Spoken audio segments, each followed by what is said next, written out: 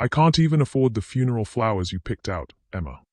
My Aunt Patricia's words hit me like ice water as I stood beside my father's casket, still numb from signing papers I barely understood 3 hours earlier. The lawyer's voice kept echoing in my head. The estate totals approximately $250 million, Miss Kim. Your father was more successful than most people realized. But Patricia didn't know that. Nobody did. And watching her fidget with her worn purse strap while eyeing the expensive lilies I'd ordered, I realized I was about to learn exactly who my father's death would reveal. Don't worry about the flowers, I whispered, my throat still raw from crying. Dad would have wanted them. Easy for you to say, Patricia snapped, then caught herself. I'm sorry, honey. I know you're grieving too.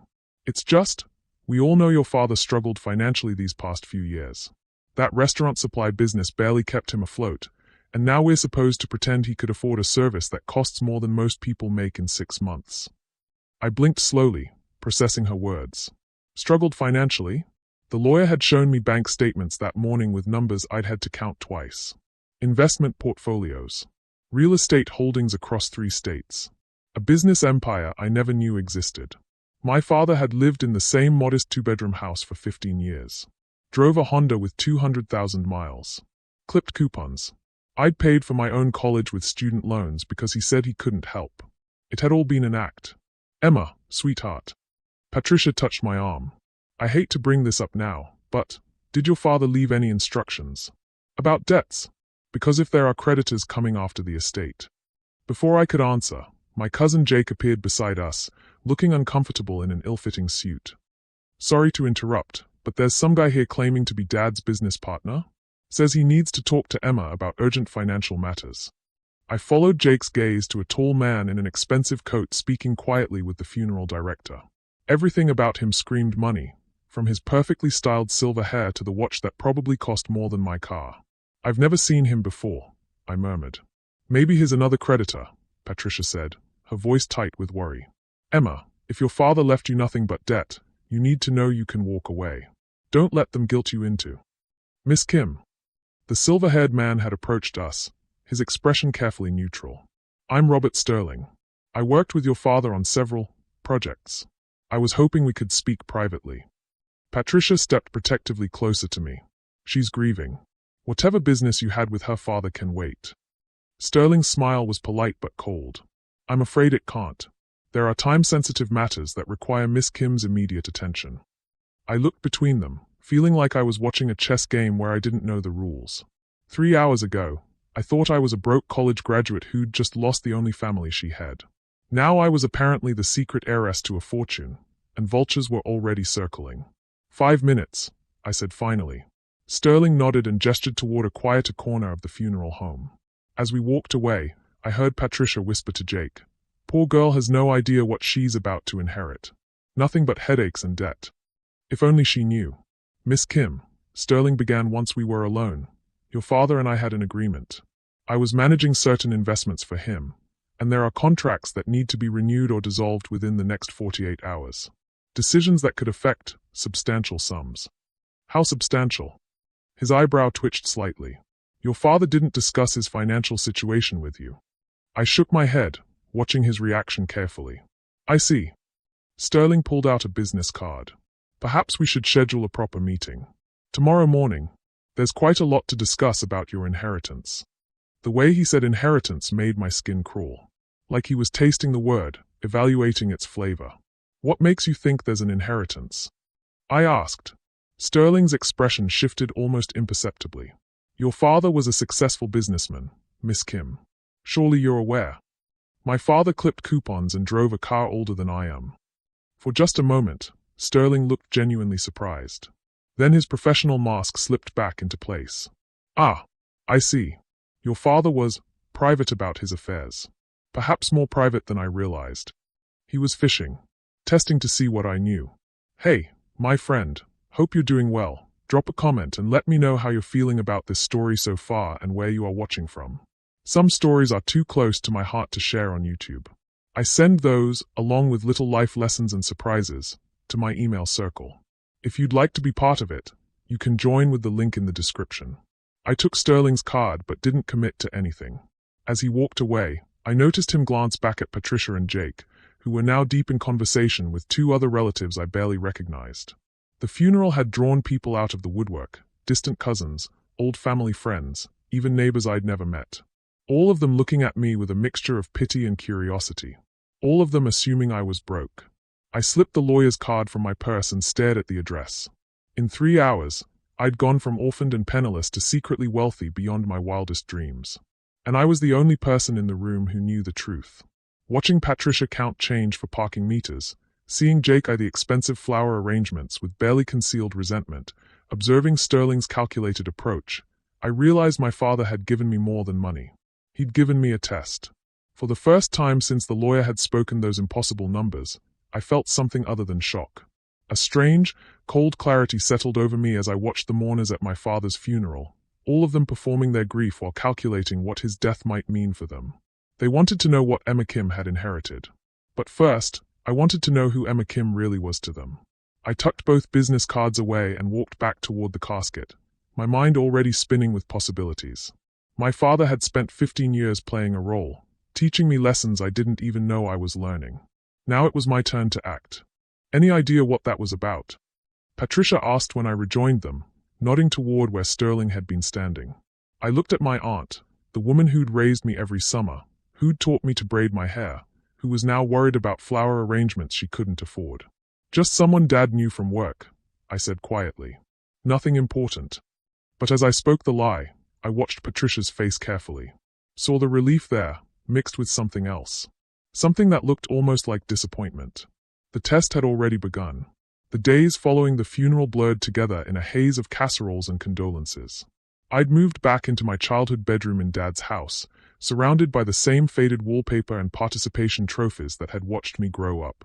But now everything felt different, like I was seeing it through someone else's eyes. The modest house that had embarrassed me as a teenager suddenly felt like a carefully constructed stage set. Every frugal choice, every "we can't afford that, Emma." Every time he'd made me work summers to pay for school clothes, it had all been performance art. I was sitting at his old kitchen table, staring at a stack of sympathy cards, when Patricia let herself in through the back door. She'd been doing that for 3 days now, arriving with food and staying to help me sort through things. But I was beginning to notice how her help involved a lot of opening drawers and asking casual questions about what Dad might have left behind. "Morning, sweetheart," she said, setting down a grocery bag. "I brought some of that tea you like. And I picked up the mail from your box. Looks like more bills." She handed me a stack of envelopes, watching my face as I flipped through them. Electric company, insurance, credit card statements addressed to my father. Normal, boring bills that a struggling small business owner would have. Except I knew now they were just another layer of the performance. "Emma, honey."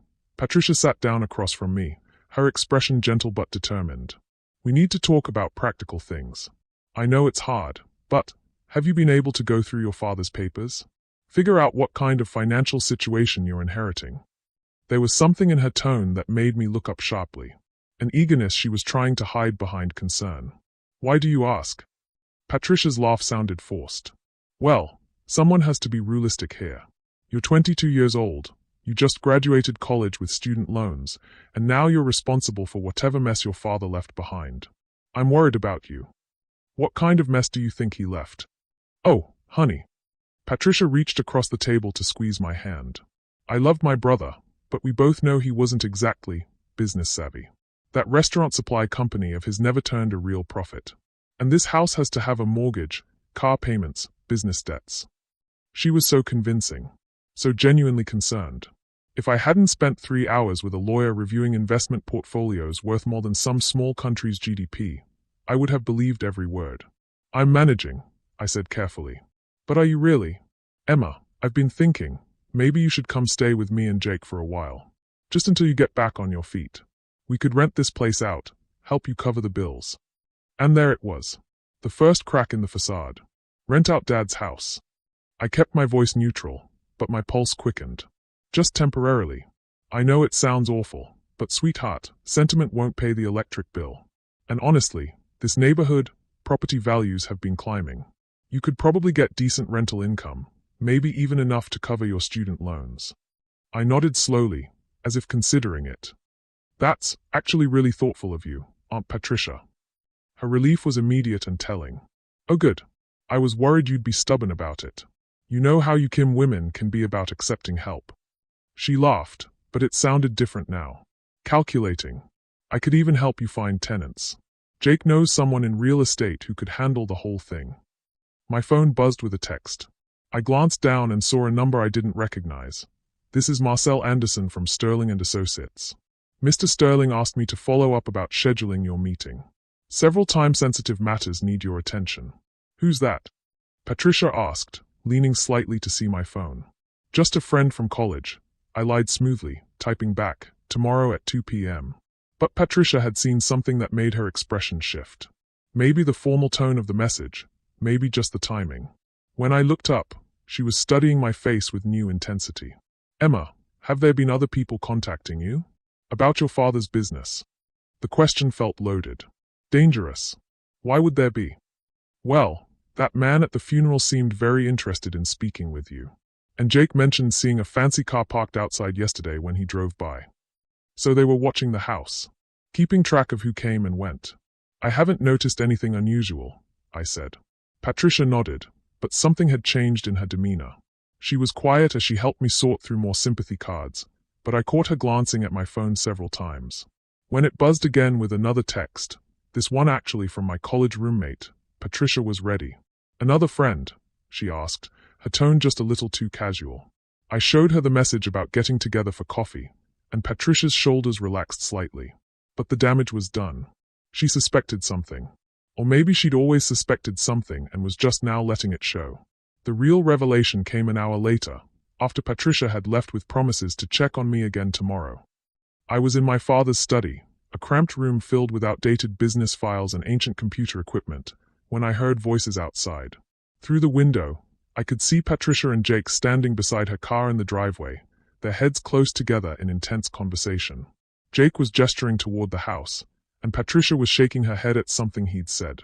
I cracked the window slightly. "Told you she doesn't know anything," Patricia was saying. "If Richard had really left her money, don't you think she'd be acting differently?" "Maybe she's just in shock," Jake replied. "Rich people don't always show it, you know? Remember when the Yamamoto family won the lottery? Kept living in that same apartment for months. Emma's not rich, Jake. Trust me. I've known her since she was born, and I've known my brother even longer. Richard Kim was many things, but wealthy wasn't one of them." There was a pause. Then Jake said something that made my blood freeze. "What about that life insurance policy? The one you said you helped him set up? What about it? How much was it for again?" Patricia's voice dropped so low I had to strain to hear. 50,000. Enough to bury him and maybe pay off some debts. Nothing life-changing. Another lie. I'd seen the insurance documents that morning. There was no policy. Patricia had made it up. "But why?" "Still," Jake continued, 50 grand would solve a lot of problems for her. Maybe we should." "Jake." Patricia's voice carried a warning. "Emma is family. Whatever she inherited, whatever insurance money she gets, it's hers. End of discussion." But even as she said the words, I could hear the reluctance in them. Like she was trying to convince herself as much as Jake. I watched them drive away, my mind reeling.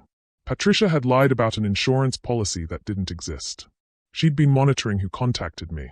She'd already made plans to move me out of the house and rent it out, plans that would give her control over the property and access to whatever she thought my father might have hidden. And Jake. Jake had been ready to suggest something Patricia had to cut off. Something that made her remind him that I was family. For the first time since learning about the inheritance, I felt truly alone. Patricia wasn't just concerned about my welfare. She was positioning herself to manage what she thought were my meager assets, probably convincing herself it was for my own good. But what would she do if she learned the truth? That instead of being a broke college graduate who needed protecting, I was now worth more money than she could probably conceptualize. I thought about my father, living this double life for 15 years. Pretending to struggle while sitting on a fortune. Had he been protecting me from this? From the knowledge that the people who claimed to love us might love our money more? My phone buzzed again. This time it was Sterling. "Miss Kim, I hope you've had time to consider our conversation. There are several contracts that expire tomorrow. Decisions made in the next 24 hours could significantly impact your financial future." I stared at the message, then at the window where Patricia's car had been parked. Tomorrow I would meet with Sterling and learn exactly what my father had built. But tonight, I had to decide something even more important. How long was I willing to keep pretending to be poor? And what was I prepared to discover about the people I loved most? Outside, the sun was setting over the modest neighborhood where Richard Kim had pretended to live paycheck to paycheck. Inside his house, his daughter was learning that inheriting money was the easy part. Inheriting the truth about human nature was going to be much more expensive. Sterling and Associates occupied the entire 42nd floor of a downtown high-rise that screamed old money and older power. I felt underdressed in my college interview outfit as the elevator climbed, watching the city shrink below me through floor-to-ceiling windows. Everything about this place contradicted my father's carefully maintained image of financial struggle. Miss Kim. Sterling greeted me in a conference room that could have housed my entire childhood home. I'm glad you decided to come. Please, sit. He gestured to a chair facing a wall of monitors displaying what looked like stock tickers, real estate portfolios, and financial data that made my head spin. A younger man sat at the far end of the table, dark hair and sharp eyes, fingers dancing across a laptop keyboard. This is Marcel Anderson, my associate. He's been managing the day-to-day operations of your father's accounts. Marcel looked up and smiled, and something in my chest did an unexpected flip. He was probably close to my age, maybe a few years older, with the kind of confident energy that suggested he was very good at whatever he did. I'm sorry for your loss, he said, and unlike most condolences I'd received, this one sounded genuine. Your father was an interesting man. Interesting how? Sterling activated the wall monitors, and suddenly I was staring at numbers that made my knees weak. Investment portfolios, real estate holdings, business acquisitions. The restaurant supply company I'd known about was there, but it was tiny compared to everything else. Technology investments, pharmaceutical stocks, mining operations in 3 countries. Your father started with a single restaurant supply route 25 years ago, Sterling explained. But he had a gift for seeing opportunities others missed. Every dollar he made, he reinvested. Every success, he leveraged into something bigger. But why hide it? The question burst out of me. Why live like we were barely scraping by? Marcel and Sterling exchanged a look that made my stomach clench. Miss Kim, Sterling said carefully, your father had concerns about certain business partners. People who might have tried to take advantage of his success if they'd known the full scope of it. What kind of concerns? Another loaded glance between them. Perhaps we should start with the immediate decisions, Marcel said, leaning forward. There are 3 major contracts that expire at midnight tonight. Your signature either renews them or dissolves partnerships worth approximately $40 million. The number hit me like a physical blow. 40 million. Just in contracts expiring today. What happens if I don't sign? The partnerships dissolve, Sterling said. But Miss Kim, these aren't just business arrangements. Some of your father's associates have invested considerable resources based on the expectation that these contracts would continue. There was a threat hidden in those words. I could feel it. Are you saying I don't really have a choice? Marcel's expression softened. You always have a choice. But some choices have consequences that go beyond money. Before I could ask what that meant, Marcel's phone buzzed. He glanced at it, and his face went pale. We have a problem, he said quietly. Sterling grabbed his own phone, scanning whatever message Marcel had shared. Damn. How did they find out so quickly? Find out what? I demanded. Marcel turned his laptop toward me, showing a local news website. The headline made my blood freeze. Local restaurant owners' secret millions. Family claims ignorance of hidden fortune.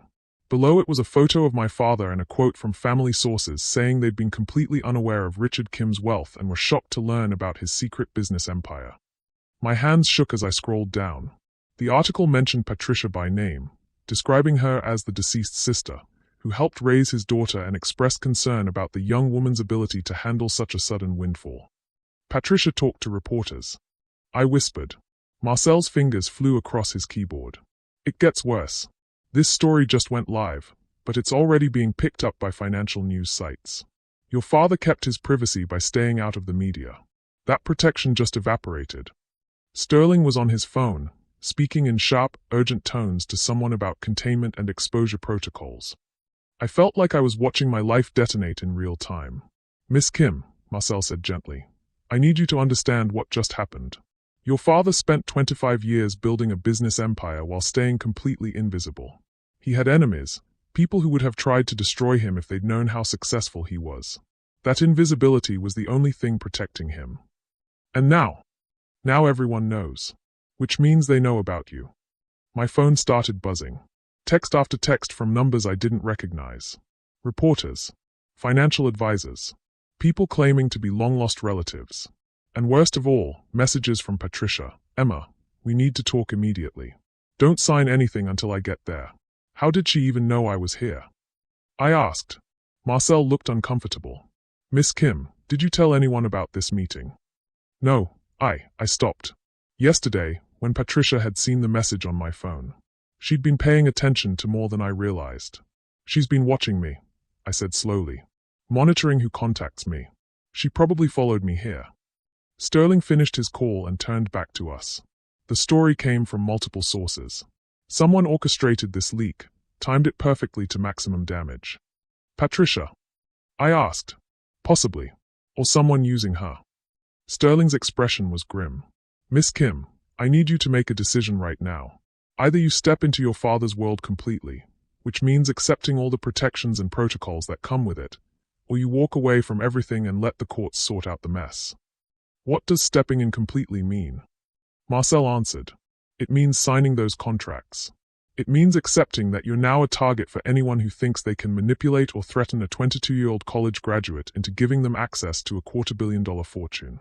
It means trusting us to protect you the way we protected your father. And if I walk away, the empire gets liquidated. The money gets tied up in legal battles for years. And you'll still be a target, but without any of the protections. I stared at the contracts on the table, then at the news article still glowing on Marcel's screen. 20 minutes ago, I'd been a girl pretending to be poor to test her family's loyalty. Now I was being forced to choose between inheriting my father's secret world or losing everything he'd built.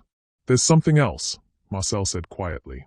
The reason your father was so paranoid about exposure?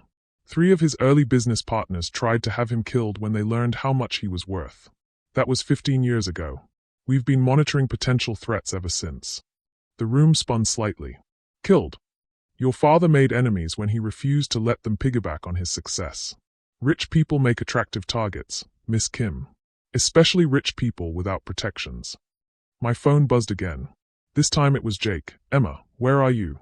Mom's going crazy. She says you're in danger. Mom. Since when did I call Patricia Mom? She's panicking, I murmured, showing them the message. Or she's escalating, Sterling said darkly. Miss Kim, once you sign these contracts, there's no going back. You'll be committed to this world, these protections, these responsibilities. But if you don't sign them. He didn't finish the sentence. He didn't need to. I looked at Marcel, who was watching me with an expression I couldn't quite read. Concern, yes, but something else. Something that made my pulse quicken despite everything falling apart around me. If I do this, I said slowly, if I sign these contracts and accept whatever protections you're talking about, what happens to my old life? It's already gone, Marcel said softly. The moment that story went live, Emma Kim the broke college graduate ceased to exist. The only question now is who Emma Kim the heiress becomes. Through the floor-to-ceiling windows, I could see the city spreading out below me. Somewhere down there, Patricia was probably fielding calls from reporters, spinning the story to make herself look like the concerned family member trying to protect her naive niece. Somewhere down there was the modest house where my father had hidden in plain sight for 15 years. And somewhere down there were people who now knew I existed and exactly how much I was worth. I picked up the pen. What do I need to sign? The contracts were signed, but stepping into my father's world felt like diving into dark water with no idea how deep it went. Marcel had insisted on moving me to a secure location. A penthouse apartment that belonged to Sterling and Associates, complete with bulletproof windows and a security system that could probably protect Fort Knox. This is temporary, he assured me as I stood in the marble-floored living room, feeling like an imposter in a museum. Just until we can assess the threats and implement proper long-term security. Threats from who, exactly? Marcel was setting up multiple phones on the kitchen counter, each one apparently serving a different purpose. In the harsh afternoon light, I could see tension lines around his eyes that made him look older than I'd initially thought. Your father's files contain a list of people who might be interested in his assets. former business partners who felt cheated, competitors who suspected he was more successful than he appeared. And now, thanks to today's media exposure, every con artist and fortune hunter on the West Coast knows you exist. As if summoned by his words, one of the phones started ringing. Marcel glanced at the screen and declined the call. Reporter. I asked. Investment advisor. Third one in the last hour promising to help you manage your windfall responsibly. His mouth twisted with distaste. They are like sharks sensing blood in the water. I was about to respond when my personal phone rang. Patricia's name flashed on the screen, and my stomach clenched. Should I answer? Marcel nodded. But be careful what you say. I picked up. Hi, Aunt Patricia. Emma. Thank God. Where are you? I've been worried sick since that news story broke. Are you safe? The concern in her voice sounded genuine, but after everything I'd learned about deception in the past 24 hours, I didn't trust my ability to read people anymore. I'm fine. I'm staying with friends for a few days. Friends? Emma, you can't just disappear when something like this happens. There are reporters calling me, people I've never met showing up at my house asking about you and your father. This is serious. I know it's serious. Do you? Because, sweetie, you're 22 years old and you've just inherited more money than you can possibly understand. There are people who will try to take advantage of you, who will pretend to be your friends just to get close to that money. The irony of Patricia warning me about people pretending to be my friends was almost enough to make me laugh. Almost. I'm being careful, I said. Careful isn't enough. Emma, I think you should come home. Let me help you figure this out.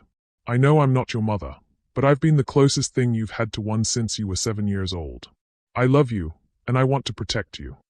Something in her voice broke when she said it, and for a moment I felt a stab of doubt. What if I was wrong about her motivations? What if her lies about the insurance policy were just her way of trying to make me feel better about inheriting debt? What if her interest in the house was genuine concern for my welfare? I looked at Marcel, who was watching me intently, and felt my resolve waver. Maybe, I said finally. Let me think about it. Don't think too long, Patricia said. Every minute you stay wherever you are, you're trusting strangers instead of family.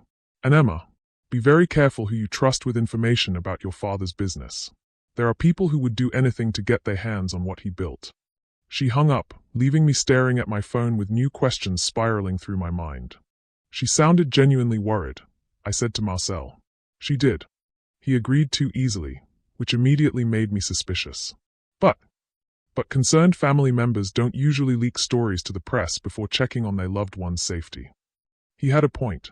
If Patricia was really worried about my welfare, why hadn't she called me before talking to reporters? One of Marcel's phones buzzed with a text message. He read it, and his expression went dark. What is it? Security alert. Someone's been asking questions about you at your university.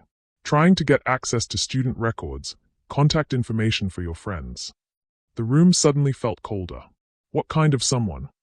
Private investigator. Hired by. He checked his phone again. We're still tracking that down. Before I could process this new threat, Marcel's main phone rang. He answered with a crisp Anderson, then went very still. Are you certain? He said after listening for a moment. Yes, I understand. We'll handle it. He hung up and turned to me with an expression that made my blood freeze. Emma, I need you to sit down. Just tell me. That private investigator, he was hired by Jake. Your cousin Jake. The betrayal hit me like a physical blow. Jake. But why would Jake? Because he's not just Patricia's son looking out for his cousin. He's a paralegal at Anderson, Klein and Associates. They specialize in contesting wills and estate planning. I sank onto the nearest chair, my mind reeling. He's a paralegal? But Patricia said he was between jobs, that he'd been struggling to find work. Another lie. He's been employed at that firm for 3 years. And Emma. Marcel's voice was gentle but relentless. Anderson, Klein and Associates just filed preliminary paperwork challenging your mental competency to inherit your father's estate. The room spun. My mental competency. They are arguing that you're too young and inexperienced to handle such a large inheritance. That you need a legal guardian to protect you from making impulsive decisions that could destroy your father's legacy. And they want Patricia to be that guardian. Yes. I felt like I was drowning. Patricia's concerned phone call, her insistence that I come home, her warnings about trusting strangers, It had all been manipulation. Setting up a narrative that I was naive and overwhelmed, in need of family protection. How long do I have before they can actually do something? They've requested an emergency hearing for tomorrow morning. If they can prove you're mentally unfit or being coerced by outside parties, a judge could grant temporary guardianship while the matter is investigated. And if Patricia becomes my guardian? Marcel's silence was answer enough. She'd control everything, I whispered. Every asset, every investment, every decision. Until you could prove you were competent to handle your own affairs, which could take years of legal battles. One of the other phones started ringing. Then another. Within minutes, all 4 phones were going off simultaneously, and Marcel was fielding calls from reporters, lawyers, and what sounded like threats. "We need to move," he said, hanging up on someone mid-sentence. The building's security called. "There are news vans gathering outside, and at least one group of people claiming to be your family demanding to speak with you. Patricia, Jake, and 3 other people I don't recognize. They've brought a court-appointed social worker and what looks like a lawyer." Through the bulletproof windows, I could see the street filling with vehicles. News trucks, cars I didn't recognize, and in the middle of it all, Patricia's familiar sedan. "She's moving fast," Marcel said grimly. "Faster than I expected." "You expected this." He paused in gathering papers from the counter, and something flickered across his face. "Emma, there's something I need to tell you about why your father hired our firm." "What do you mean?" "This isn't the first time Patricia has tried to challenge his assets. She attempted something similar 5 years ago, claiming he was mentally unfit due to paranoid delusions about business threats. Your father only avoided a guardianship hearing because he was able to prove the threats were real. My father had been fighting Patricia's attempts to control his money for years. And I'd never known. Why didn't he tell me? Because he hoped it would stop when he died. He thought if he left everything to you cleanly, legally, Patricia would accept it and move on. But she didn't. No. She waited exactly long enough to establish a pattern of your alleged incompetence, then moved to position herself as your protector. The elevator dinged, and Marcel tensed. "That's not possible. This floor requires special access." The doors opened, and Patricia stepped out, followed by Jake and a woman in a business suit I didn't recognize. "Emma." Patricia's voice was thick with relief and concern as she rushed toward me. "Thank God you're safe. When I saw this place, I was so worried they were holding you here against your will." "How did you get up here?" Marcel demanded. The woman in the suit stepped forward. "I'm Karen Walsh, court-appointed advocate for vulnerable adults. We have a temporary order allowing us to conduct a welfare check on Miss Kim." She held out an official-looking document. Marcel scanned it, his expression growing darker by the second. "This is a preliminary order," Patricia explained to me, her voice gentle but firm. "It gives us the authority to make sure you're safe and not being coerced by anyone trying to take advantage of your inheritance." "Coerced by who?" Patricia's eyes flicked to Marcel. "By people who might have their own financial interests in your father's estate. People who knew him professionally and saw an opportunity when he died."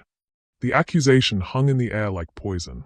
I looked between Patricia's concerned face and Marcel's furious one, feeling like I was being torn in half. "Emma," Jake spoke for the first time, his voice softer than I'd ever heard it. "We're not trying to control you. We're trying to protect you. Look around. They've got you locked in some corporate apartment, isolated from everyone who actually cares about you. Does that seem normal to you?" And suddenly I could see how it looked from the outside.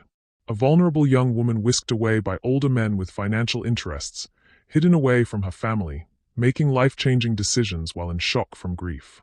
"Miss Kim," Karen Walsh said kindly, "I'd like to speak with you privately for a few minutes.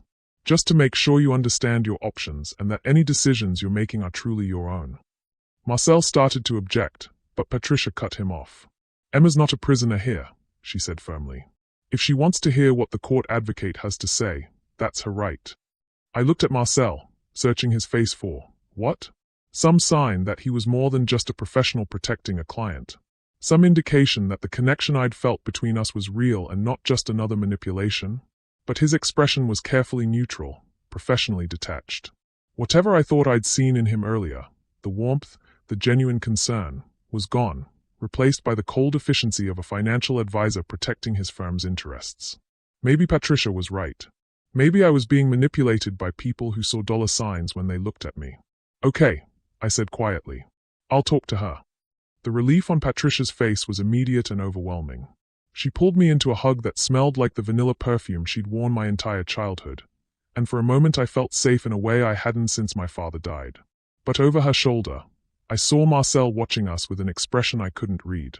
And in his eyes, I saw something that looked almost like betrayal. As if I was the one who'd just chosen the wrong side. The court advocate's questions were gentle but probing, designed to assess my mental state and decision-making capacity. We sat in the apartment's study while Patricia, Jake, and Marcel waited in the living room, the tension between them thick enough to cut. "Miss Kim, can you tell me about the last week? Since your father's death." I walked Karen Walsh through the basics, the funeral, learning about the inheritance, meeting with Sterling and Associates.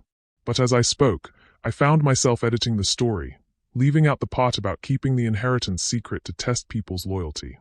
It sounded manipulative when I tried to phrase it, like I was playing games with grieving people. "And you've been staying here since yesterday?" "Yes. By choice." I hesitated. "Yes, but it was recommended for security reasons." Security from what, specifically? That was the question that had been bothering me. Marcel had talked about threats, about people who might want to harm me, but the only concrete evidence I'd seen was reporters and fortune hunters. Was that really enough to justify hiding away from my family? "I'm not entirely sure," I admitted. Karen Walsh made a note. "Miss Kim, has anyone pressured you to make financial decisions quickly? Suggested that waiting or consulting with family would be dangerous?" The question hit too close to home. The contract signing yesterday, Marcel's insistence that I had to choose immediately, the way he'd framed every delay as a potential disaster. "Maybe," I said quietly. "Has anyone suggested that your family members might have ulterior motives? Tried to isolate you from people who've known you your entire life?" I thought about Marcel's warnings about Patricia, his revelation about Jake's legal background, the way he'd made every gesture of family concern seem sinister. "Yes." Karen Walsh set down her pen and looked at me with kind eyes. "Emma, I want you to know that what you're feeling is completely normal. Sudden wealth, especially combined with grief, can make anyone vulnerable to manipulation. The people who care about you most want to make sure you have time to process these changes without pressure." Through the study's glass doors, I could see Marcel pacing near the windows, his phone pressed to his ear. Every few seconds, he'd glance toward the study with an expression that looked increasingly desperate. "What happens next?" I asked. "That depends on what you want. You can choose to go home with your family, take some time to grieve and adjust without outside pressure. Or you can stay here, but would recommend having a neutral third party present to ensure any decisions you make are truly voluntary." The choice felt like standing at the edge of a cliff, trying to decide which direction led to safety. Can I have a few minutes to think?" "Of course." Karen Walsh stepped out, leaving me alone in the study. Through the glass, I watched the three people who'd been shaping my decisions for the past week. Patricia sat on the couch, looking older than I remembered, her face etched with worry that seemed genuine. Jake stood beside her, protective and concerned. And Marcel. Marcel looked like a man watching his world collapse. I was about to rejoin them when Marcel's phone conversation became audible through the glass. "No, you don't understand," he was saying, his voice tight with frustration. "She's starting to believe them. If we lose her trust now." He paused, listening, then said something that made my blood freeze. "Patricia's playing this perfectly. She looks like the concerned family member while we look like the corporate vultures. And the girl's too naive to see what's really happening." The girl. Not Emma. Not even Miss Kim. The girl. I pressed closer to the glass, straining to hear more. "Yes, I know the timeline," Marcel continued. "But if she chooses to go with Patricia now, we lose everything. All that work, all those years of preparation." "Years of preparation?" "Look, I can handle Emma. I've been building trust with her, and there's definitely an attraction there. If I can get her alone, convince her that Patricia's the real threat." The words hit me like ice water. Every moment of connection I'd felt with Marcel, every flutter of attraction, every second of thinking he might actually care about me, it had all been calculated manipulation. I stumbled backward from the glass, my heart hammering so loudly I was sure they could hear it in the next room. But Marcel was still talking, still destroying every illusion I'd had about who I could trust. "No, she doesn't suspect anything about the real situation. As far as she knows, her father's death was natural and Patricia's just a concerned relative. She has no idea." He moved closer to the window, lowering his voice, and I missed the rest. But I'd heard enough. My father's death wasn't natural. Patricia wasn't just a concerned relative. And Marcel had been lying to me about everything from the moment we met. I needed to get out of this apartment, away from Marcel, before he realized I'd overheard him. But first, I needed answers. Moving as quietly as possible, I opened the study's laptop. One of several Marcel had left connected to the firm's network. The password field was still populated from his earlier session. I clicked on his email. The messages that loaded made my hands shake. Communications going back months with subjects like Emma Kim inheritance protocol and preparing for Richard's transition. Email chains between Marcel and Sterling about maintaining cover and timeline acceleration. But the one that shattered everything was dated 3 weeks ago, before my father had even died. From d.anderson@sterling-associates.com to p.kim@morrison-klein.com. Subject: Final phase authorization. Patricia. Everything is in place for next week. Richard's medical team confirms the timeline is correct. Emma will be completely unprepared, which works in our favor. Remember, your role is to appear concerned but overwhelmed. Let me handle building trust with her initially. The inheritance is real. Richard did accumulate the wealth exactly as we planned. But the management structure ensures we maintain control regardless of which path Emma chooses. Jake's legal challenge should only be used if direct manipulation fails. The goal is willing cooperation, not forced guardianship. 25 years of work comes down to the next 2 weeks. Don't deviate from the script. Marcel. The room spun around me. Patricia's email address was at Anderson, Klein & Associates, Jake's law firm. She wasn't just his mother, she was his colleague. They'd been working together this entire time. And Marcel. Marcel had been coordinating with them. But the most devastating revelation was in that first line. My father's medical team. Timeline. As if his death had been scheduled. As if my father hadn't died naturally at all. I clicked on more emails, my hands shaking so violently I could barely control the mouse. Messages about medical intervention protocols and asset transfer triggers and maintaining Emma's psychological isolation. They'd killed him. All of them, working together. Patricia, Jake, Marcel, even Sterling. They'd murdered my father and then manipulated me into trusting them with his fortune. And I'd fallen for every lie. The study door opened behind me, and I spun around to find Marcel standing there, his expression shifting from concern to alarm as he saw what was on the laptop screen. Emma, you shouldn't be looking at confidential. You killed him. The words came out as a whisper, but they carried the weight of absolute certainty. You all killed my father. Marcel's mask slipped completely, revealing something cold and calculating underneath. Emma, you're upset. You're not thinking clearly. The emails, Marcel. I read the emails. For a long moment, we stared at each other. Then Marcel stepped into the study and closed the door behind him. You weren't supposed to see those, he said quietly. 25 years of work, I quoted. What work? What were you all working on for 25 years? Marcel's phone buzzed, but he ignored it. Outside the study, I could see Patricia and Jake watching us through the glass, their expressions suddenly sharp and alert.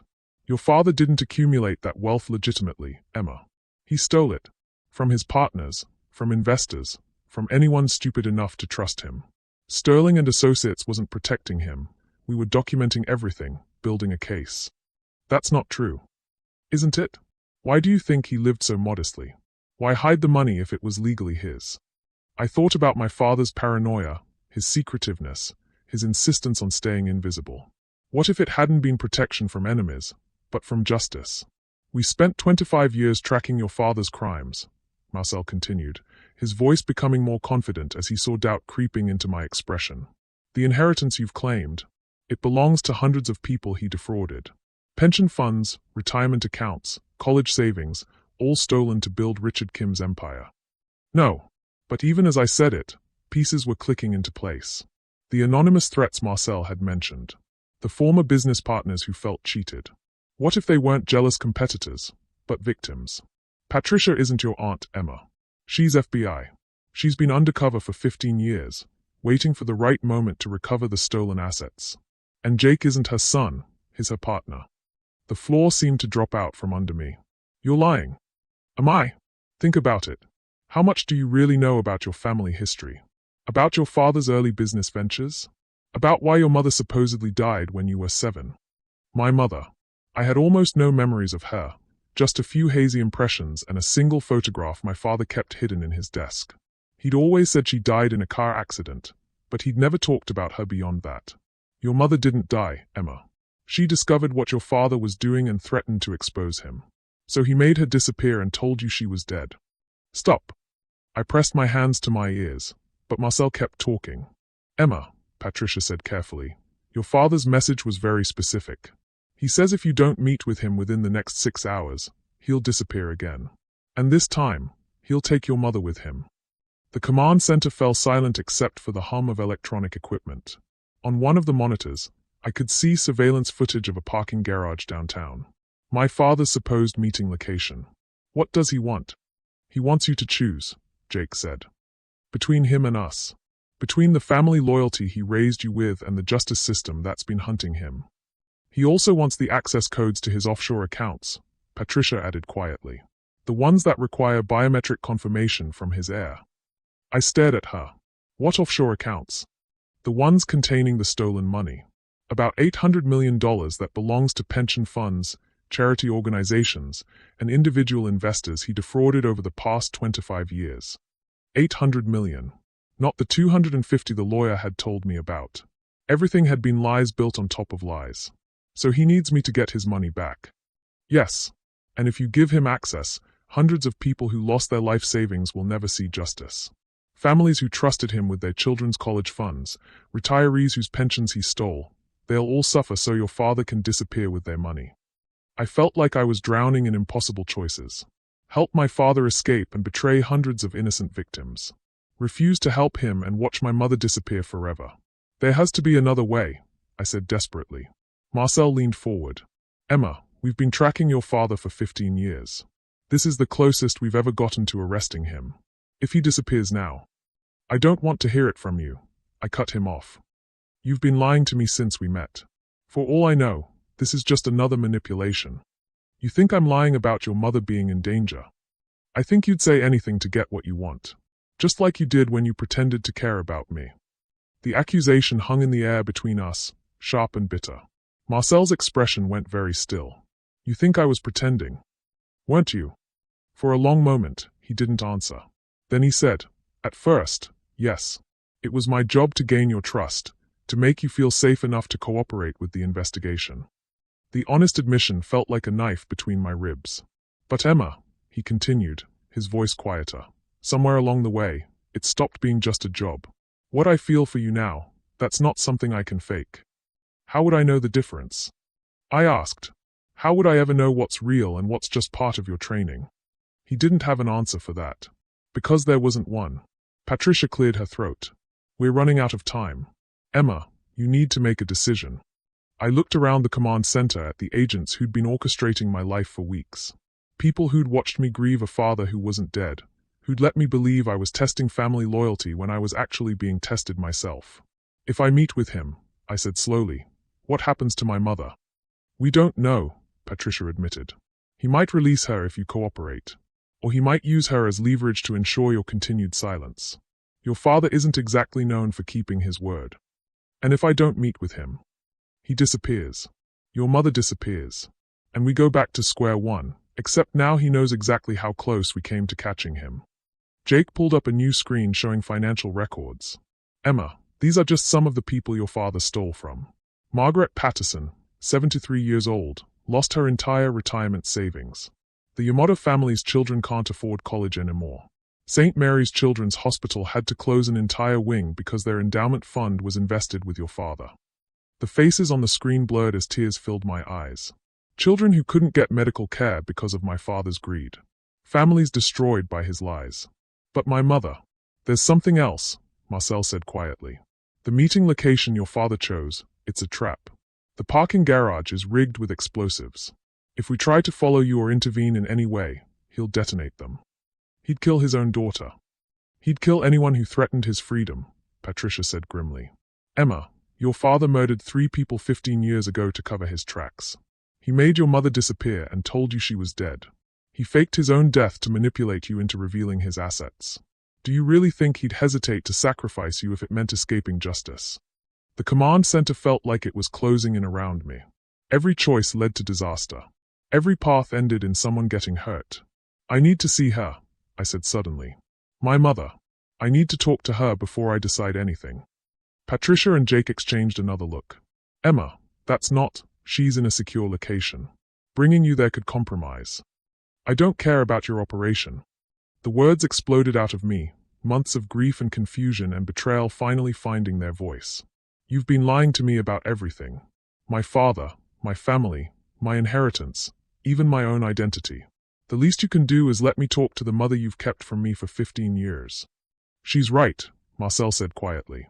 Emma deserves that much. I was surprised he'd defended me, but I couldn't let it soften my anger toward him. I didn't ask for your opinion. I know, but I'm giving it anyway. He stood up, moving toward the exit. I'll arrange transport to the safe house. Marcel, that's not protocol, Jake warned. Protocol hasn't exactly been working for us, has it? Marcel shot back. Maybe it's time we tried doing the right thing instead of the expedient thing. As he left the command center, I found myself watching him go with a mixture of anger and something dangerously close to longing. Even knowing he'd manipulated me, even understanding that every moment of connection between us had been calculated, I couldn't completely shut off the feelings he'd helped create. Which was probably exactly what he'd been counting on. Emma, Patricia said gently, if you talk to your mother, and if you decide to meet with your father after that, we won't be able to protect you. You'll be completely on your own. I've been on my own this whole time, I said bitterly. I just didn't know it. An hour later, I was in the back of an unmarked FBI van, watching the city pass by through tinted windows. Marcel sat across from me, professionally distant but stealing glances when he thought I wasn't looking. Emma, he said finally, I know you don't want to hear this from me, but your father is dangerous. More dangerous than you realize. If you meet with him.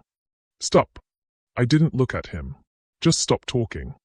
I can't stop caring about what happens to you. Try harder. The van pulled into an underground garage, and agents opened the doors to escort us toward an elevator. As we waited, Marcel caught my arm gently.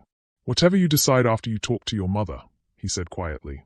I want you to know that the way I feel about you, it's the most real thing I've experienced in years.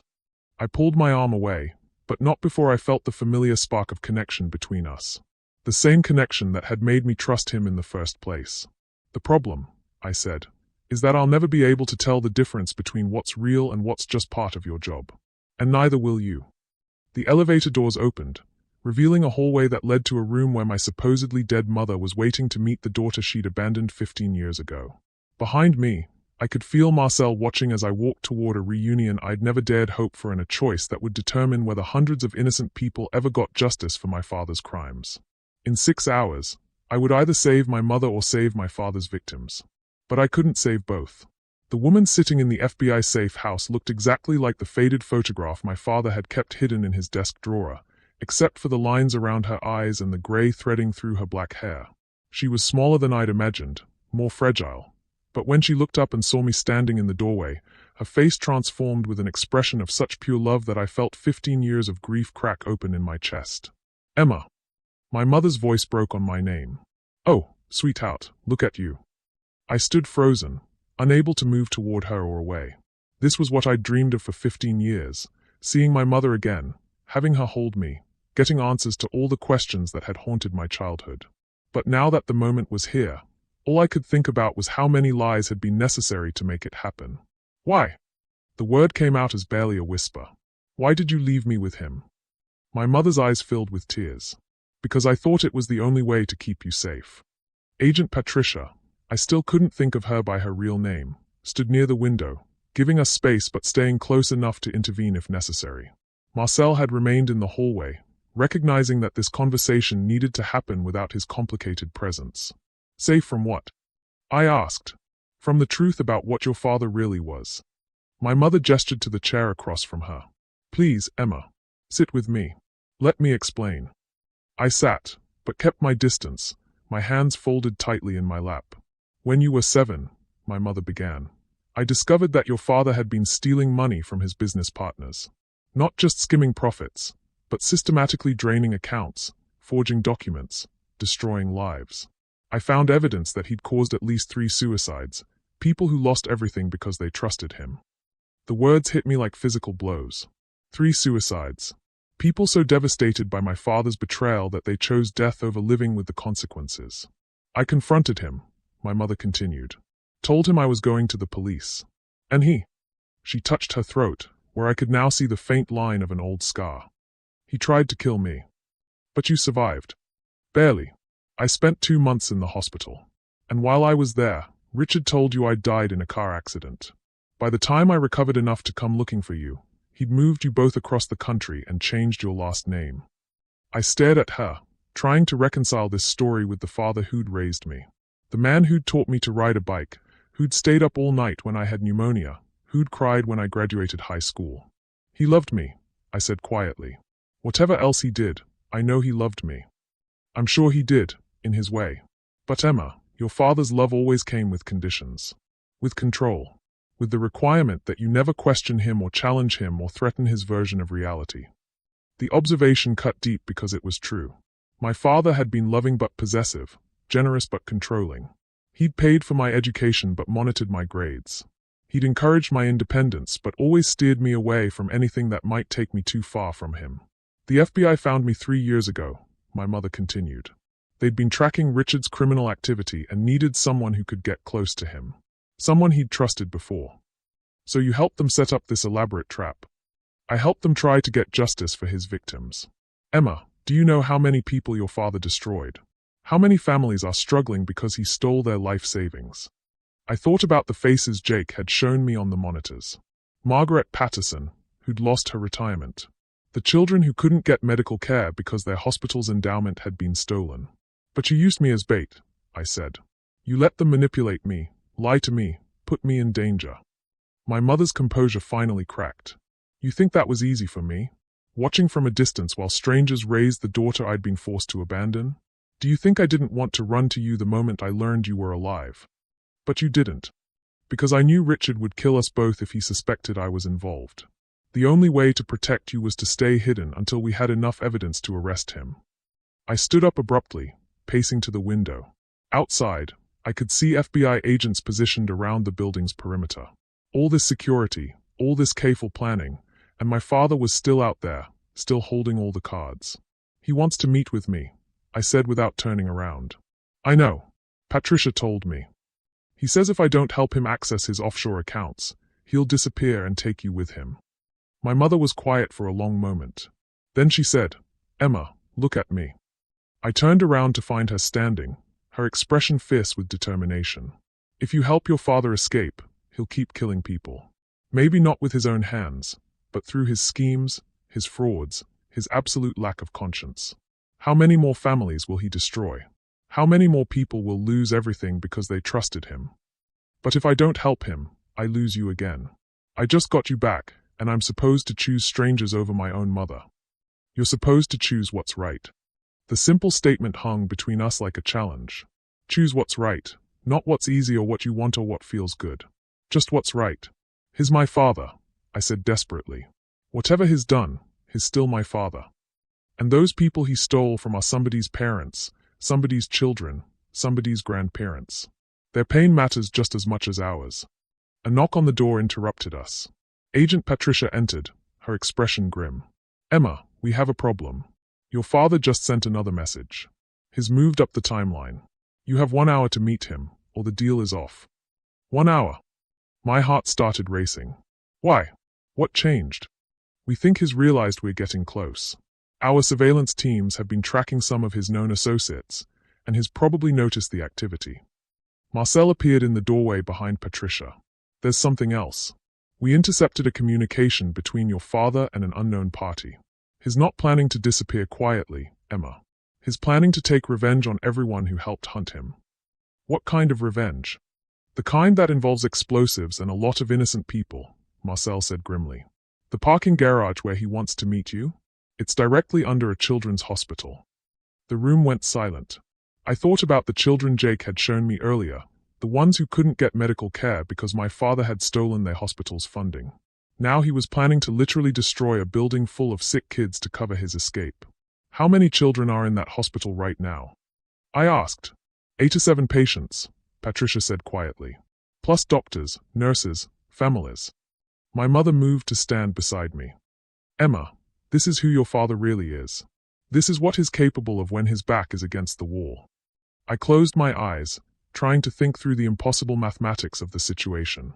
Save my mother and let my father escape to continue destroying lives. Stop my father and lose the mother I'd just found. Or refuse to choose at all and watch him murder innocent children out of spite. Unless, what if there's another option? I said slowly. Marcel stepped further into the room. What do you mean? What if I meet with him, but not to help him escape? What if I go there to end this? Emma, no, my mother said immediately. You can't put yourself in that kind of danger. He won't hurt me. Not physically. He needs me alive to access those accounts. But if you're not planning to give him access, Patricia began, then I need to make sure he can't hurt anyone else when he realizes I won't cooperate. Marcel was shaking his head. Emma, this isn't your responsibility. You don't have to sacrifice yourself to clean up your father's mess.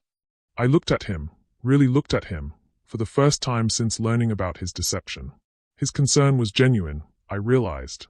Whatever lies he'd told, whatever role he'd been playing, his fear for my safety was completely real. Maybe not, I said. But I'm the only one who can get close enough to stop him. How? I thought about my father's paranoia, his elaborate security measures, his absolute need to control every situation.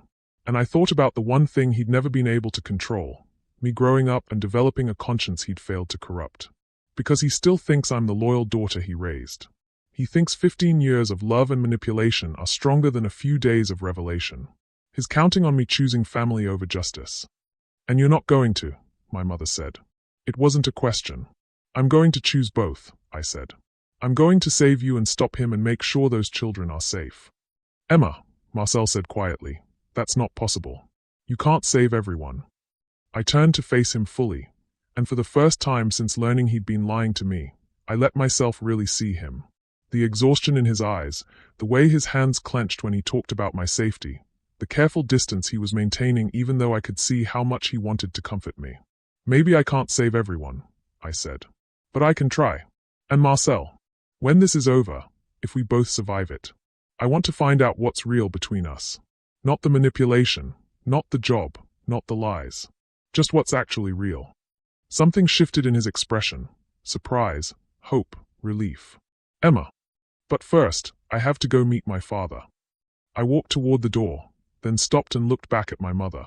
She was watching me with an expression of pride mixed with terror, and I realized that in choosing to risk everything to do the right thing, I'd finally become the daughter she'd hoped I would be. I love you, Mom, I said.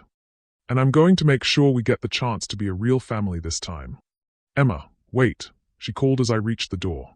There's something else you need to know about your father. Something that might help you. I turned back. He's not as smart as he thinks he is, she said with a small, fierce smile.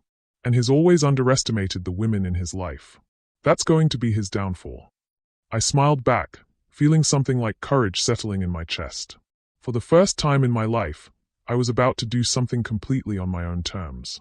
Not because my father had taught me to, not because the FBI needed me to, not because Marcel or Patricia or anyone else thought I should. Because it was right.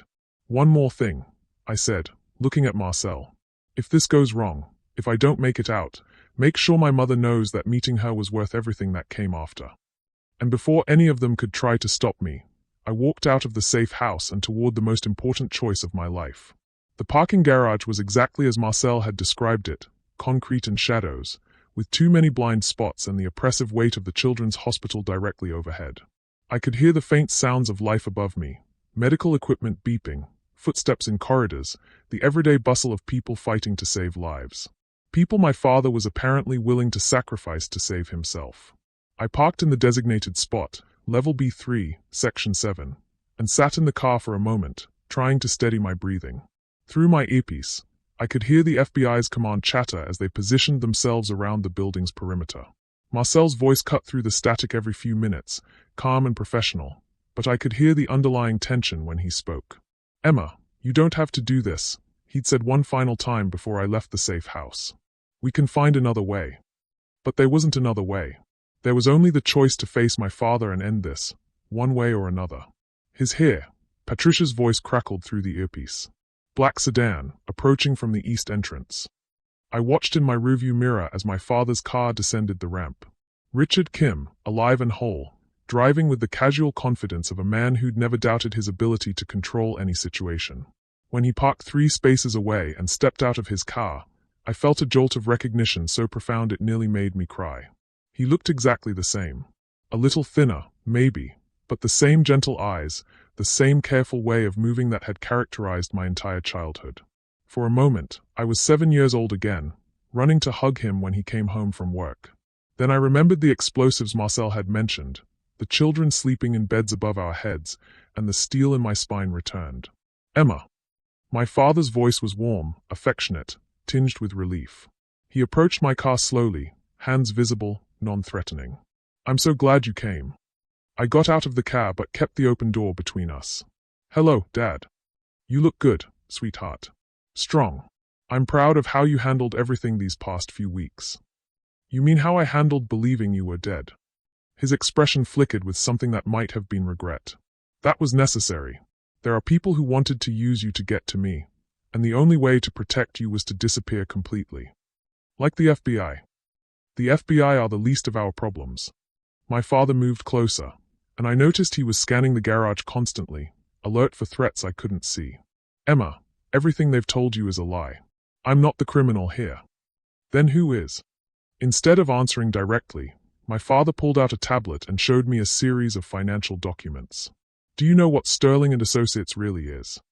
I stared at the screen, trying to make sense of the complex financial structures displayed there. Marcel said they were documenting your crimes. Marcel Anderson isn't FBI, Emma. He's a money launderer. Sterling and Associates is a front operation for one of the largest criminal syndicates on the West Coast. They've been using my business empire to clean dirty money for 15 years. The words hit me like ice water. That's not possible. Is it? Think about it, sweetheart.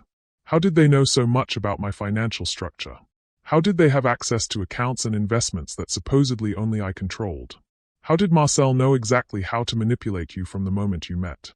I thought about Marcel's instant familiarity with my father's business empire, his smooth explanations for everything, the way he'd seemed to know more about my inheritance than I did. They needed my biometric access codes, my father continued, to transfer $800 million to offshore accounts they control. But they couldn't get them while I was alive and protecting you. So they staged my death, convinced you I was a criminal, and manipulated you into trusting them. But my mother is being held by the same people who are trying to steal everything I built. Emma, the woman you spoke with today isn't your mother. The garage seemed to tilt around me. What?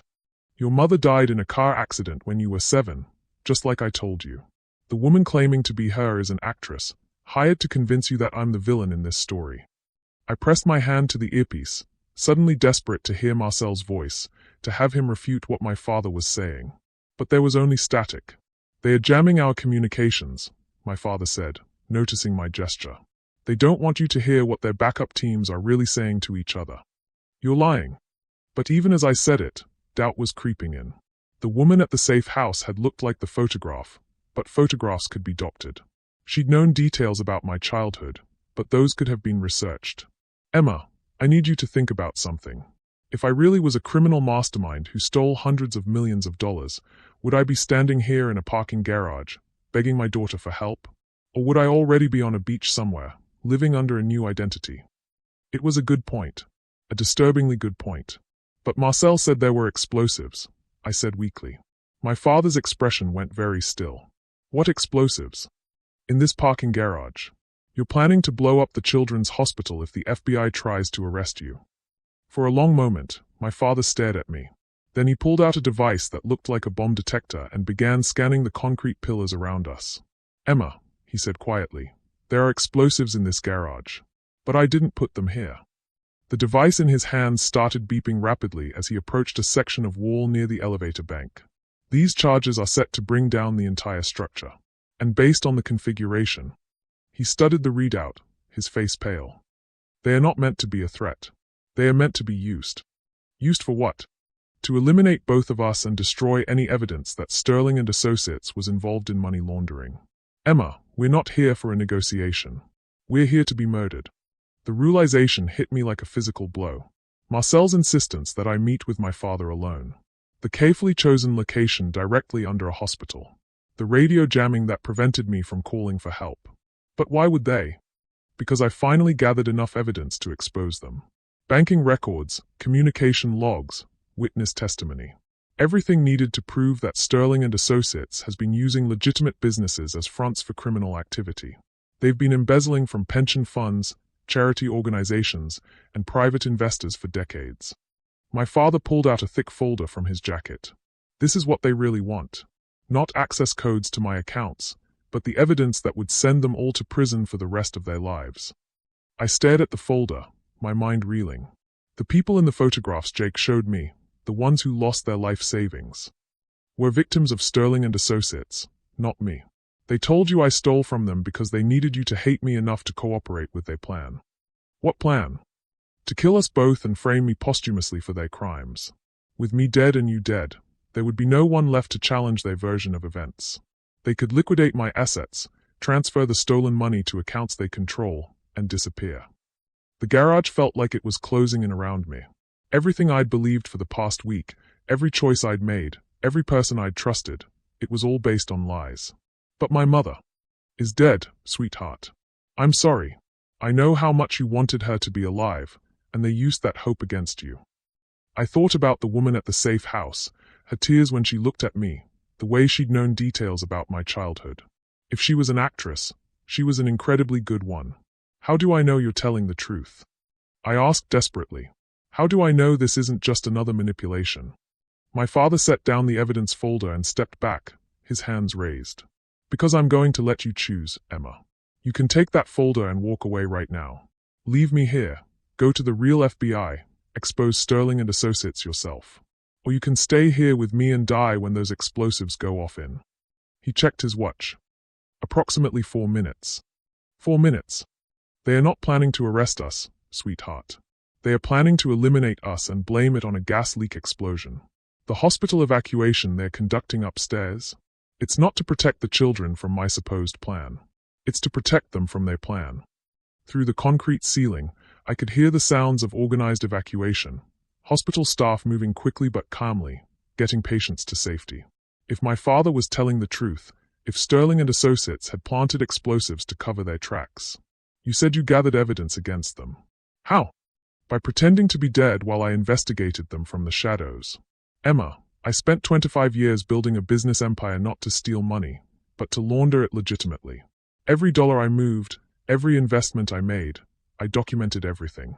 When I realized Sterling and Associates was using my companies for criminal activity, I started gathering proof. But why didn't you go to the police years ago? My father's expression darkened. Because Sterling and Associates has people inside law enforcement. The FBI agents who've been protecting you? Half of them are criminals. The other half are legitimate agents who think they're investigating me, not realizing their own colleagues are the real targets. I thought about Patricia and Jake, about their careful coordination, their detailed knowledge of my father's business. About Marcel's smooth lies and perfect manipulation. Is Marcel? Marcel Anderson is one of the worst of them. He's the one who's been orchestrating your manipulation from the beginning. Everything you felt for him, every moment of connection, it was calculated to make you trust him completely. The words hit me like a knife between the ribs, but this time they felt true in a way that cut deeper than any previous betrayal. Because I'd started to believe Marcel when he said his feelings were real. I'd started to hope that something genuine had developed between us despite the lies. How much time do we have? I asked. 3 minutes. I grabbed the evidence folder and started running toward my car. Then we're leaving. Now. Emma, wait. My father caught my arm. If we run, they'll just try again. And next time, they won't make the mistake of letting us be in the same place at the same time. So what do you suggest? My father smiled, and for the first time since this nightmare began, he looked like the man who'd raised me. Confident, clever, always 3 steps ahead of everyone else. I suggest we give them exactly what they want, he said, and use it to destroy them.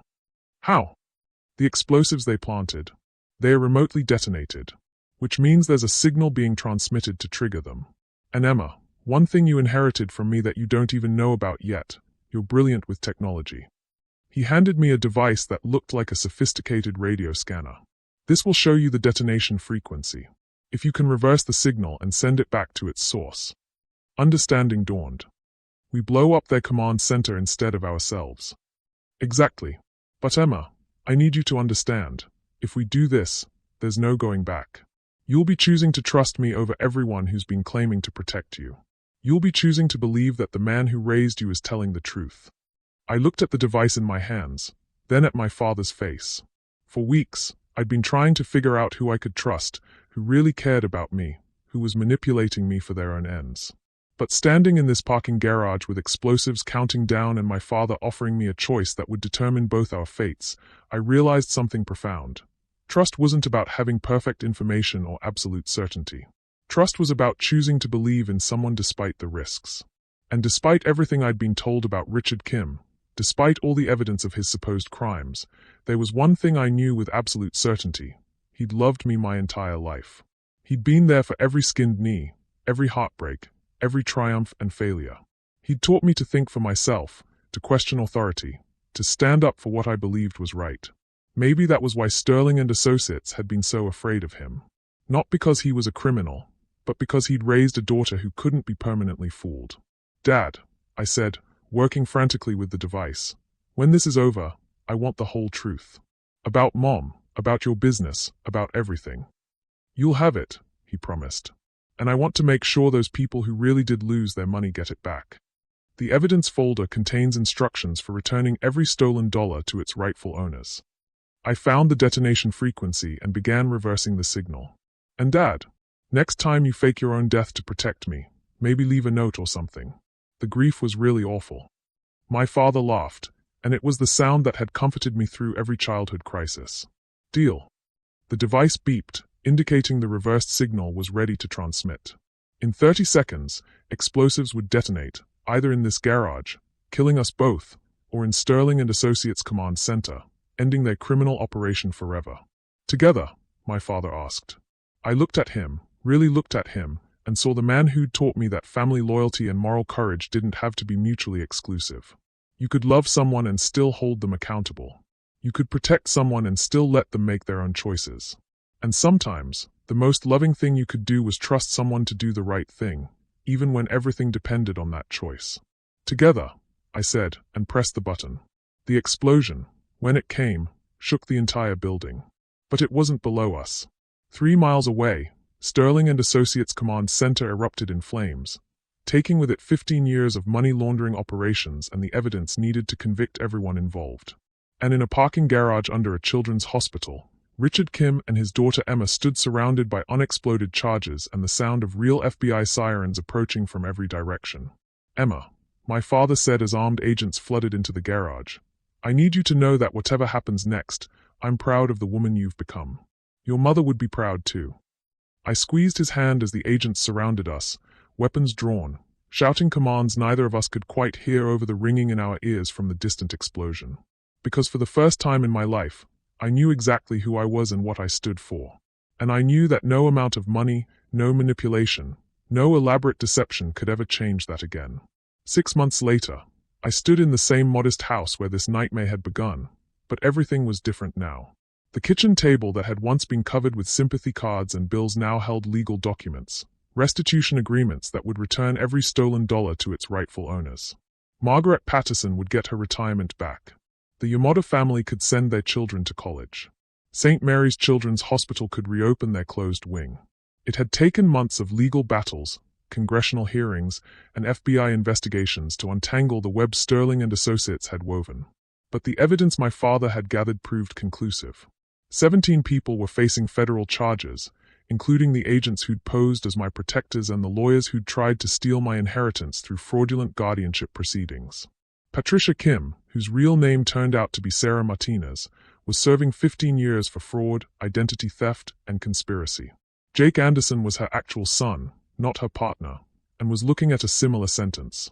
They'd been hired actors from the beginning, paid to play concerned family members while manipulating me into trusting the wrong people.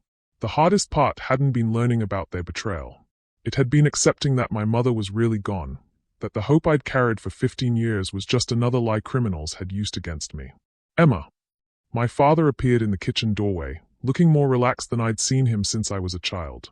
The federal charges against him had been dropped when the evidence proved he'd been a victim, not a perpetrator. But more than legal vindication, he seemed lighter somehow, as if 15 years of looking over his shoulder had finally lifted from his spine. "The Victims Fund Committee is here," he said. "Are you ready?"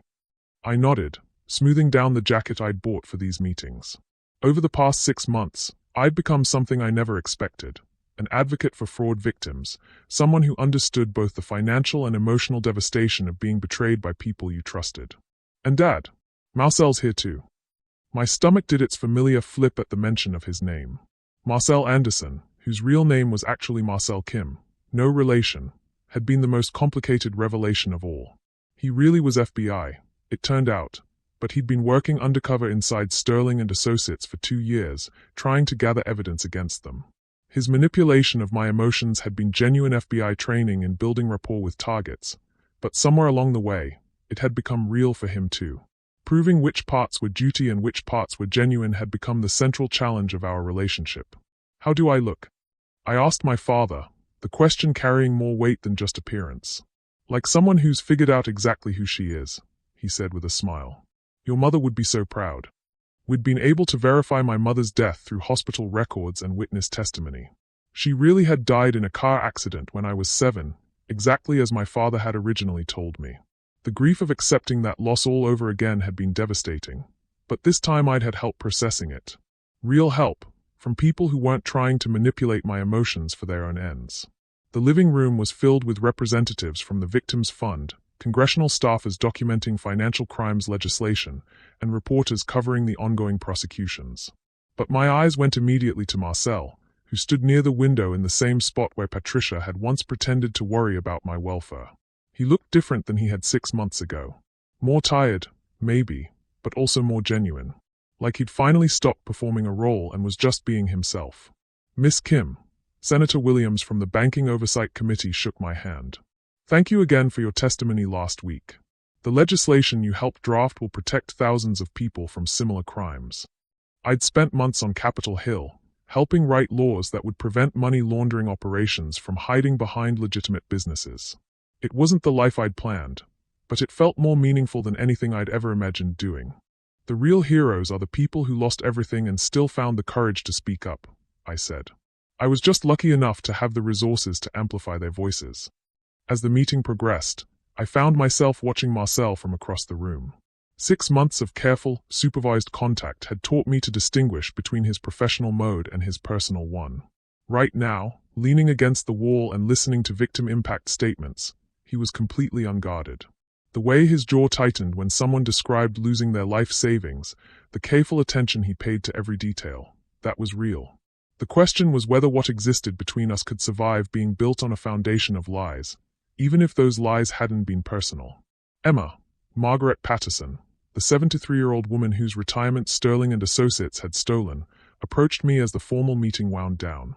"I wanted to thank you personally. Getting my money back means I can stay in my home, keep my independence. You gave me my life back." "Sterling and Associates stole it," I said. "I just helped return what was always yours." "Maybe, but you chose to help us instead of keeping that money for yourself. That says something about who you are." After the last committee member left, Marcel and I found ourselves alone in the living room.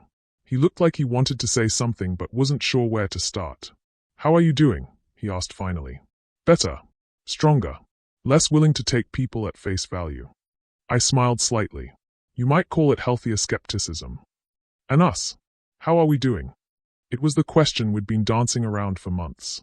We'd been working together on the Victims Fund, seeing each other in professional settings, carefully rebuilding something that might eventually look like trust.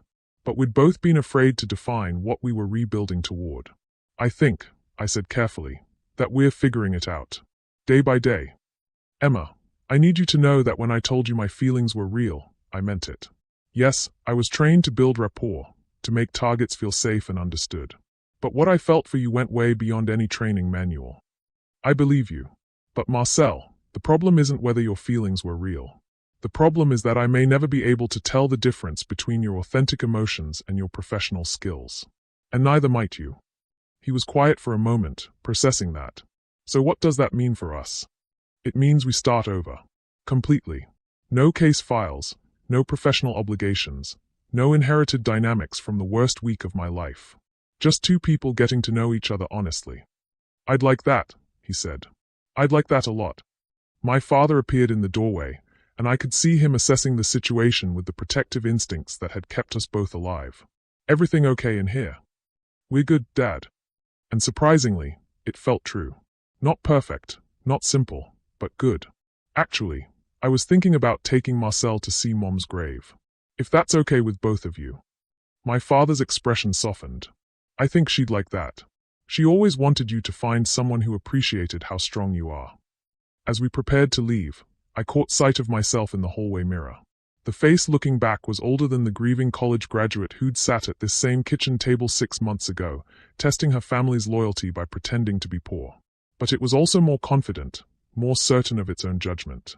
I'd started this journey trying to figure out who I could trust. I was ending it knowing that the most important person to trust was myself. Ready? Marcel asked, offering me his jacket as we stepped outside. Ready, I said, and meant it. The drive to the cemetery was quiet, comfortable in a way that felt earned rather than forced.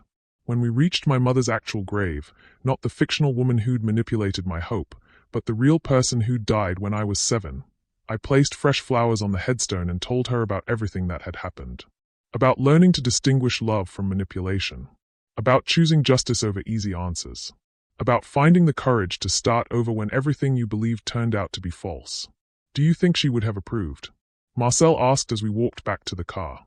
I think she would have been proud that I learned to think for myself, I said. Even when thinking for myself meant accepting hard truths. As we drove home, I thought about the letter I'd received that morning from a college student in Oregon whose family had been devastated by Sterling and Associates crimes. She was starting a support group for fraud victims and wanted advice on helping people rebuild trust after betrayal. The work wasn't finished. It might never be finished. But every person who got their life savings back, every family that could afford medical care again, every retiree who didn't have to choose between food and medicine, they were proof that sometimes the right choice was also the hardest choice. Emma, Marcel said as we pulled into my driveway, I know we're starting over, but I need to ask you something. What? That first day, when you signed those contracts at Sterling and Associates, did you have any idea that you were walking into a trap? I thought about it honestly. No. But I also wasn't completely naive. Some part of me knew that people would change how they treated me once they knew about the money. I just never imagined how elaborate the deception would be. And now, are you sorry you inherited it? No, I said without hesitation. Because now I know what it's for. Not to test people or to give me security or to make me powerful. It's to help repair the damage that was done with it.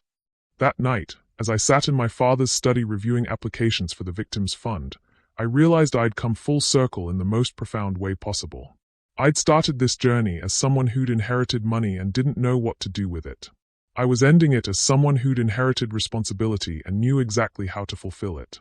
My phone buzzed with a text from Marcel. Thank you for today.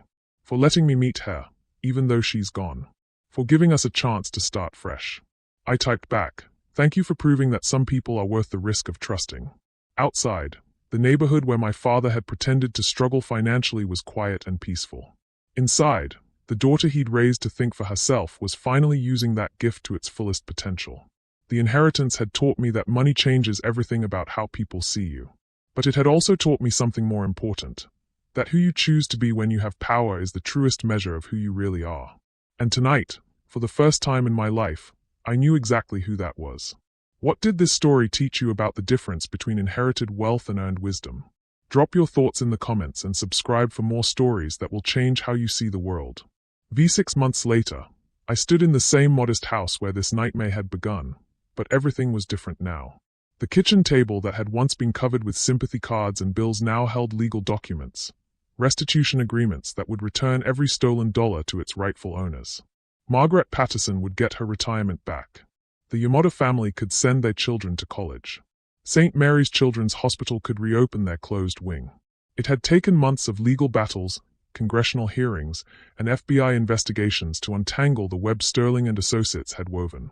But the evidence my father had gathered proved conclusive. 17 people were facing federal charges, including the agents who'd posed as my protectors and the lawyers who'd tried to steal my inheritance through fraudulent guardianship proceedings. Patricia Kim, whose real name turned out to be Sarah Martinez, was serving 15 years for fraud, identity theft, and conspiracy. Jake Anderson was her actual son, not her partner, and was looking at a similar sentence. They'd been hired actors from the beginning, paid to play concerned family members while manipulating me into trusting the wrong people. The hardest part hadn't been learning about their betrayal. It had been accepting that my mother was really gone, that the hope I'd carried for 15 years was just another lie criminals had used against me. Emma. My father appeared in the kitchen doorway, looking more relaxed than I'd seen him since I was a child. The federal charges against him had been dropped when the evidence proved he'd been a victim, not a perpetrator. But more than legal vindication, he seemed lighter somehow, as if 15 years of looking over his shoulder had finally lifted from his spine. "The Victims Fund Committee is here," he said. "Are you ready?" I nodded, smoothing down the jacket I'd bought for these meetings. Over the past 6 months, I'd become something I never expected. An advocate for fraud victims, someone who understood both the financial and emotional devastation of being betrayed by people you trusted. And Dad, Marcel's here too. My stomach did its familiar flip at the mention of his name. Marcel Anderson, whose real name was actually Marcel Kim, no relation, had been the most complicated revelation of all. He really was FBI, it turned out, but he'd been working undercover inside Sterling and Associates for 2 years, trying to gather evidence against them. His manipulation of my emotions had been genuine FBI training in building rapport with targets, but somewhere along the way, it had become real for him too. Proving which parts were duty and which parts were genuine had become the central challenge of our relationship. "How do I look?" I asked my father, the question carrying more weight than just appearance. "Like someone who's figured out exactly who she is," he said with a smile. "Your mother would be so proud." We'd been able to verify my mother's death through hospital records and witness testimony. She really had died in a car accident when I was 7, exactly as my father had originally told me. The grief of accepting that loss all over again had been devastating, but this time I'd had help processing it. Real help, from people who weren't trying to manipulate my emotions for their own ends. The living room was filled with representatives from the Victims Fund, congressional staffers documenting financial crimes legislation, and reporters covering the ongoing prosecutions. But my eyes went immediately to Marcel, who stood near the window in the same spot where Patricia had once pretended to worry about my welfare. He looked different than he had 6 months ago. More tired, maybe, but also more genuine. Like he'd finally stopped performing a role and was just being himself. "Miss Kim," Senator Williams from the Banking Oversight Committee shook my hand. "Thank you again for your testimony last week. The legislation you helped draft will protect thousands of people from similar crimes." I'd spent months on Capitol Hill, helping write laws that would prevent money laundering operations from hiding behind legitimate businesses. It wasn't the life I'd planned, but it felt more meaningful than anything I'd ever imagined doing. "The real heroes are the people who lost everything and still found the courage to speak up," I said. I was just lucky enough to have the resources to amplify their voices. As the meeting progressed, I found myself watching Marcel from across the room. 6 months of careful, supervised contact had taught me to distinguish between his professional mode and his personal one. Right now, leaning against the wall and listening to victim impact statements, he was completely unguarded. The way his jaw tightened when someone described losing their life savings, the careful attention he paid to every detail, that was real. The question was whether what existed between us could survive being built on a foundation of lies, even if those lies hadn't been personal. Emma, Margaret Patterson, the 73-year-old woman whose retirement Sterling and Associates had stolen, approached me as the formal meeting wound down. "I wanted to thank you personally. Getting my money back means I can stay in my home, keep my independence. You gave me my life back." "Sterling and Associates stole it," I said. "I just helped return what was always yours." "Maybe. But you chose to help us instead of keeping that money for yourself. That says something about who you are." After the last committee member left, Marcel and I found ourselves alone in the living room. He looked like he wanted to say something but wasn't sure where to start. "How are you doing?" he asked finally. "Better. Stronger. Less willing to take people at face value." I smiled slightly. "You might call it healthier skepticism." "And us? How are we doing?" It was the question we'd been dancing around for months. We'd been working together on the Victims Fund, seeing each other in professional settings, carefully rebuilding something that might eventually look like trust. But we'd both been afraid to define what we were rebuilding toward. I think, I said carefully, that we're figuring it out. Day by day. Emma, I need you to know that when I told you my feelings were real, I meant it. Yes, I was trained to build rapport, to make targets feel safe and understood. But what I felt for you went way beyond any training manual. I believe you. But Marcel, the problem isn't whether your feelings were real. The problem is that I may never be able to tell the difference between your authentic emotions and your professional skills. And neither might you. He was quiet for a moment, processing that. So what does that mean for us? It means we start over. Completely. No case files, no professional obligations, no inherited dynamics from the worst week of my life. Just two people getting to know each other honestly. I'd like that, he said. I'd like that a lot. My father appeared in the doorway, and I could see him assessing the situation with the protective instincts that had kept us both alive. Everything okay in here? We're good, Dad. And surprisingly, it felt true. Not perfect, not simple, but good. Actually, I was thinking about taking Marcel to see Mom's grave. If that's okay with both of you. My father's expression softened. I think she'd like that. She always wanted you to find someone who appreciated how strong you are. As we prepared to leave, I caught sight of myself in the hallway mirror. The face looking back was older than the grieving college graduate who'd sat at this same kitchen table 6 months ago, testing her family's loyalty by pretending to be poor. But it was also more confident, more certain of its own judgment. I'd started this journey trying to figure out who I could trust. I was ending it knowing that the most important person to trust was myself. Ready? Marcel asked, offering me his jacket as we stepped outside.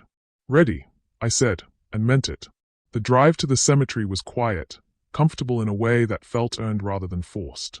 When we reached my mother's actual grave, not the fictional woman who'd manipulated my hope, but the real person who'd died when I was 7, I placed fresh flowers on the headstone and told her about everything that had happened. About learning to distinguish love from manipulation.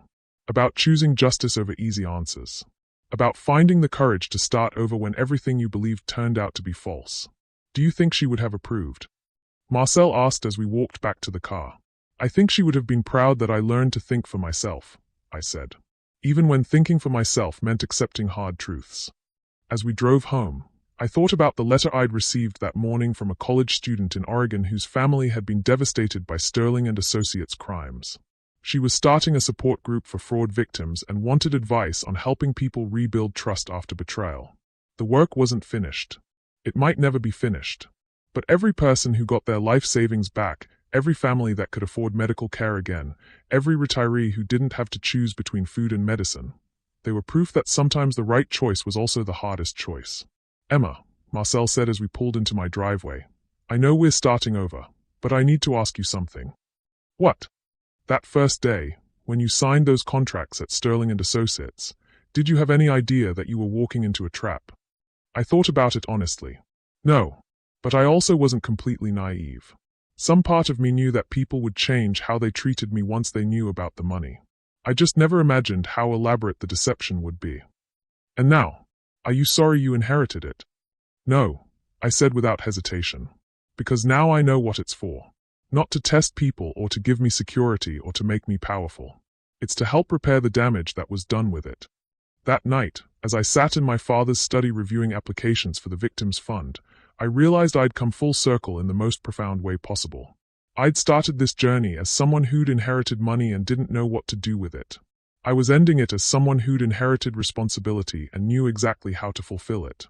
My phone buzzed with a text from Marcel. Thank you for today. For letting me meet her, even though she's gone. For giving us a chance to start fresh. I typed back. Thank you for proving that some people are worth the risk of trusting. Outside, the neighborhood where my father had pretended to struggle financially was quiet and peaceful. Inside, the daughter he'd raised to think for herself was finally using that gift to its fullest potential. The inheritance had taught me that money changes everything about how people see you. But it had also taught me something more important. That who you choose to be when you have power is the truest measure of who you really are. And tonight, for the first time in my life, I knew exactly who that was. What did this story teach you about the difference between inherited wealth and earned wisdom? Drop your thoughts in the comments and subscribe for more stories that will change how you see the world.